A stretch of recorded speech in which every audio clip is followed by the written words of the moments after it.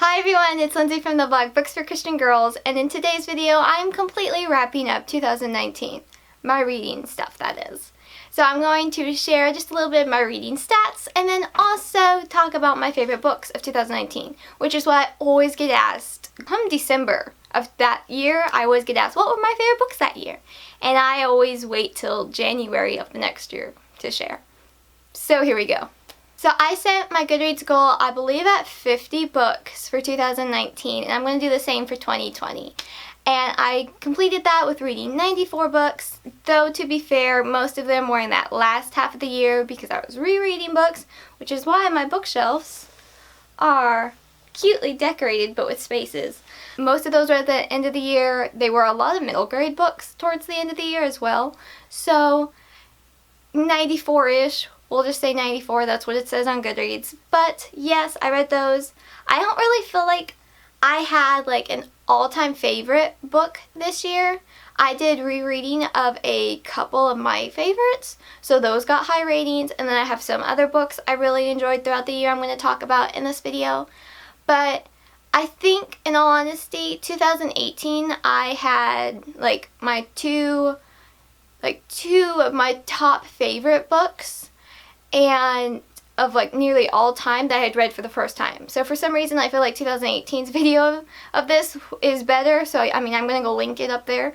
But if you're curious for 2019, here we go. So 2019 I kind of challenged myself to be a rereading year, and that's just going to carry on in now to this new 2020 because I have still like 60 some books I need to reread to decide if they will go back on this bookshelf or not. So yeah, we're just going to continue over that goal. I do hope to do 50 books in 2020. I'll probably end up doing a little more, probably.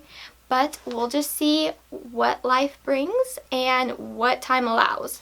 So, with that, my favorite books of 2019 is actually, I don't know how many books. 6 books. One of those is a trilogy, so I just gave away what it is, I feel like. And then I have a bonus series I want to mention. So that was very vague, but also not really. So if you watch my videos, you probably already know what's going to be on this list. But with my rereading, I reread 4 books, all by the same author, that I really, really enjoy. Happy to reread these again at any time. And the first one was the Anomaly trilogy. I have loved this series for so long. I actually started the series back when Luminary, right before Luminary came out, so I got to get this copy, like actually the release day, and then I had to wait Revolutionary. That was awful. My dog wants to share her opinion as well, so there's that. So yes, the Anomaly trilogy is a dystopian series, and what happened to all my dystopian books? Because like they're gone. It's all fantasy and sci-fi. I love my dystopian books. So the Anomaly trilogy, here is book 1 by Krista McGee. I just love this author. I've enjoyed all of her books that I've read, and I've read her main 6. And I'll talk about another one in a moment. But this is a dystopian trilogy featuring a girl who's in her kind of group. It's called a pod. So basically like her generation that all lives underground, she is the musician of her pod, and she gets very curious about different things that are happening and wondering about different things, and that just spurs on so many events and her leaving, and then book 2 with a love triangle. But, it's okay. Everything ends well. And then book 3 has shocking twists and turns. And honestly, I barely remembered book 3. It's been 2014 basically since I've read this, because that's when book 3 came out. And I just didn't remember book 3 basically at all. Like, I remembered one surprise, and that was it. And I'm just like, wow. I enjoyed rereading this series, and it's a classic in my eyes. It's just really good. And like I said, please don't hit the camera. Like, I used to have these cameras on another shelf, but I moved them over here, and now I love it. But I'm just really concerned books are going to fall and break, because this one has a light bulb in it. So, a flash. So I'm kind of like touchy about these things because those shelves actually gave out. Not this. The shelves you can't see on camera, floating shelves, gave out, and the 1913 one fell. And y'all, oh my word, I was so stressed. I was so stressed. Anyway, they're all fine now, which is good, They're safe, they're fine. Now they're on good, sturdy shelves, so I'm just gonna figure out if they're gonna stay on these shelves or not. For now, yes, so let's just film with them.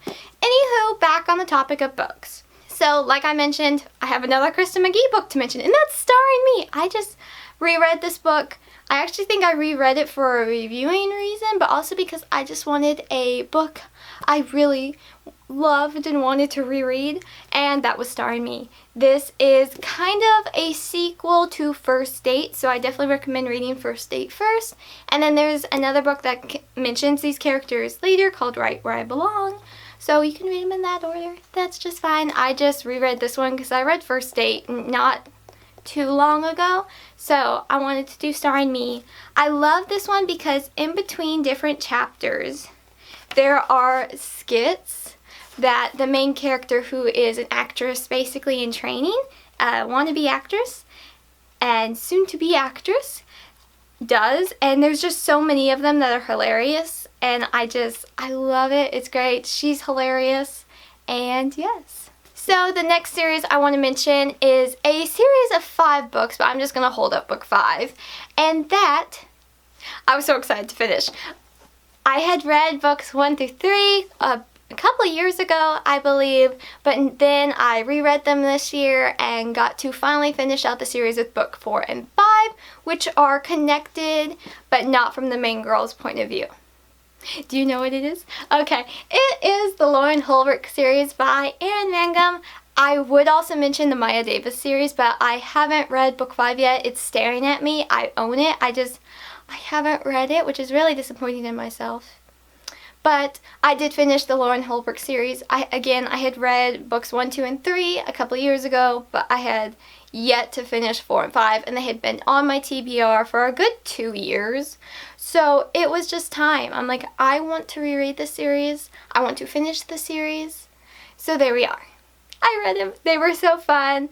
It really, I know some people weren't, overly thrilled by how book 3 ended in the relationship sense-wise, but personally, I loved it. I was very thrilled with how it went, and then seeing those characters now in book 4 and 5, still great friends, and I'm trying to be very vague. Am I succeeding or am I just being annoying? I don't know. But it was just awesome to see them all again. And also the Maya Davis series was the same way in that sense with book 4. Haven't read book 5 yet. But, so I'm not mentioning that series, but I'm indirectly mentioning that series. So, that's recommended too. But I finished and reread the Lauren Holbrook series, and I really enjoyed it. Okay, and my next book, I still don't physically own What Is This Madness, but I will own it eventually. Next time I do a book order, I probably will order it. But that is A Rumored Fortune by Joanna Davidson Politano. I actually read this book in my library hall my library hall reading vlog. And it had a third thing. I don't remember what the third thing was, which I'll link up there. So if you're looking for a video to watch with a snack, it's a long video, have fun with that one. And I read it. I was super impressed by it. And I really liked it. It's a historical, has the mystery undertones. The one thing I wish it would have been just a wee bit longer. But other than that, it was great. I gave it 4 stars. And it was really fascinating just with the mystery aspect. It's set in the late 1800s, and the main girl just quickly endeared herself to me when she said, y'all want the quote? Let me read you the quote. I knew in that moment I believed in love at first sight, but only because I had experienced a twinge of the opposite just then. When she first meets the main guy, I'm just like, I love it. So for some reason, that just completely endeared her to me. I was sold on the rest of the book. It really was so much fun. You have a rumored fortune, treasure hunters everywhere, and for some reason I've always loved treasure hunting ever since I was a kid. So my curiosity was there, and it turned out to be a really good read. So yes, I still need to own it.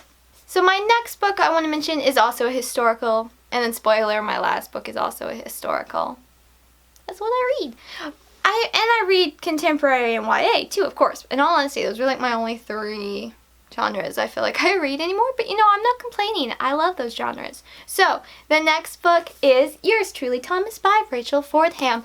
I really enjoyed this book. I think I enjoyed her debut novel in 2018 a little bit better still, but this one was so much fun because the main girl, Penny, works at a dead letter office, and I just think that concept's very intriguing. I used to be a stamp collector.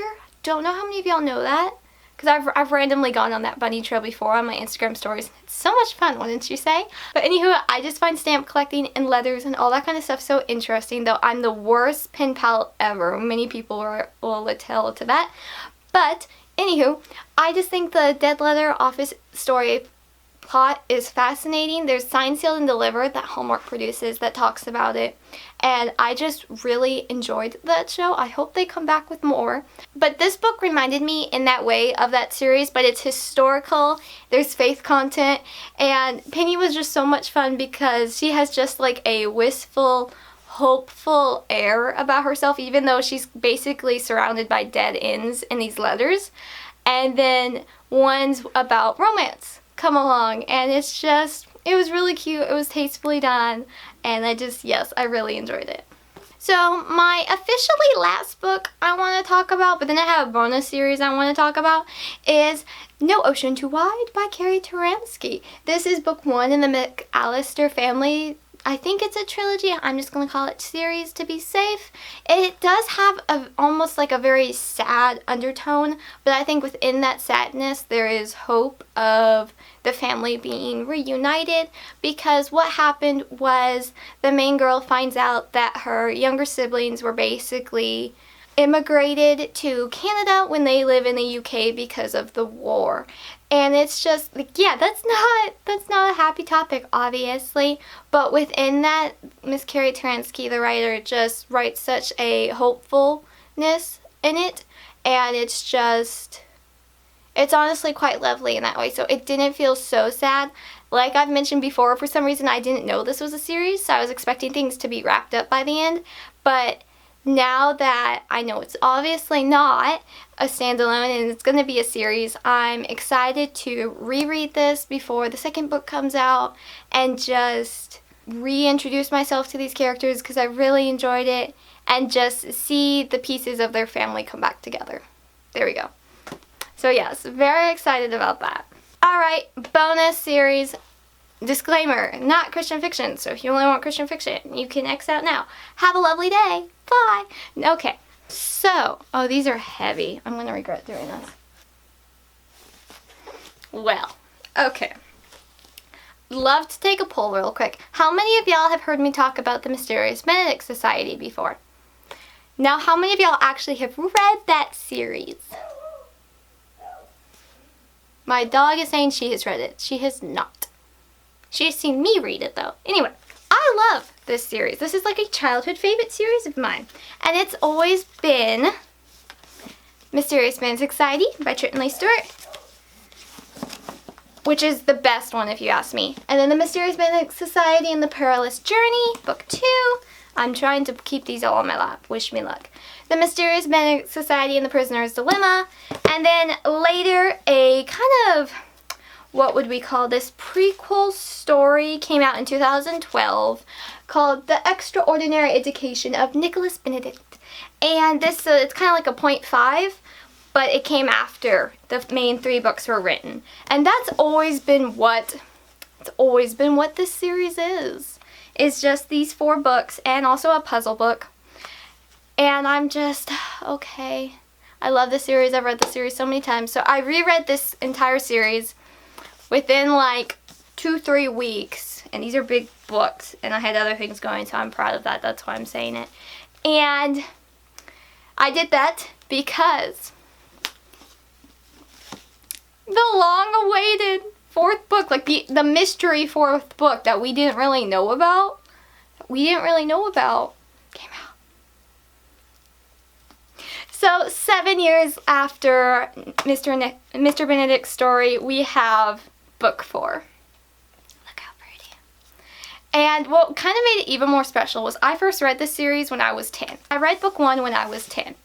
Here I am, 20, and now the characters are all around my age as well, except Constance. The older 3 are around my age, and it's just, it was really weird. And in all honesty, I was on pins and needles reading this because I was so afraid there was going to be just something in this that would ruin the series for me, because I was just so concerned. Like, it's hard for me to trust secular, just not Christian published books, though to be fair, it's getting harder to trust Christian books too. Anyway, it's just, I was very much on edge reading this book. So honestly, I kind of want to reread it. Just go ahead and reread it, because that first time I read it, I was analyzing everything, making sure there was nothing that would possibly ruin the series for me and different aspects wise. And I'm just so happy though. It's just, it worked. It's book 4. It was great. Not my favorite, but very near and dear to my heart, because it's book 4. Didn't think we'd have a book 4. Like, honestly, when there was kind of a hint to it in the 10th anniversary edition of book 1, but and then later on Wikipedia in 2019, early 2019, there was a thing on Wikipedia someone added that, oh, there's supposed to be a book 4. I'm like, do I trust that? It's Wikipedia. I could edit that and say there's supposed to be 6 new books coming. I didn't. Love to, but that would be lying, so I'm not going to do that. So, I mean, I didn't really trust that until I saw the publisher put out, book 4 coming soon. I'm like, so it was great. I got to go get my copy, hear him speak on release day, and it was just awesome. Yes. So this is my bonus series that I read and reread this year. I've been meaning to, I'm going to talk to my camera while I put this up. I've been meaning to reread this series for years. I actually attempted in 2018 to reread book 1 on the plane. In 2019, I attempted to read book 1 on the plane too, on a different trip. And I have a hard time reading on planes, so props to y'all who can read on airplanes. Because I get way too distracted on airplanes, and my ears always hurt. So for some reason, I can't get in the reading mode when flying. So I had half read it and then half read it, like reread that same half again. But to actually just read it all together. And I did read it in publication order. So I read book 1, 2, 3, and then point 5 details. Now I really would love, at some point in 2020, I would love to reread The Secret Keepers by Trenton Lee Stewart. This was the one not connected to the series. Really fun though and good. So this one came out in 2016. He thought he was done with the Mysterious Benedict Society, so he wrote this one, but he just kept thinking about the Mysterious Benedict Society, and 3 years later, we get book 4. So yes.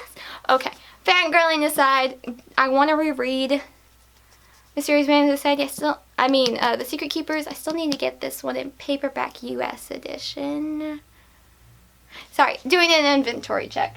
I think I've talked a little bit about the Mysterious Benedict Society before on here. I think I do it more on my Instagram, because my Instagram stories are always fun. So, yep, I own quite a few copies of that series in multiple editions, languages, etc. So there is that. Yes, so there we go. I'm just very happy. So, 2019, insane of a year, just insanity, but reading-wise, there were some good ones. There were some pretty good ones. 2020, I hope it will be a lovely year for all of us, and I hope you have an absolutely lovely day. Thank you so much for watching. I'm Lindsay from the blog Books for Christian Girls at blogspot.com. I have to rethink my slogan now.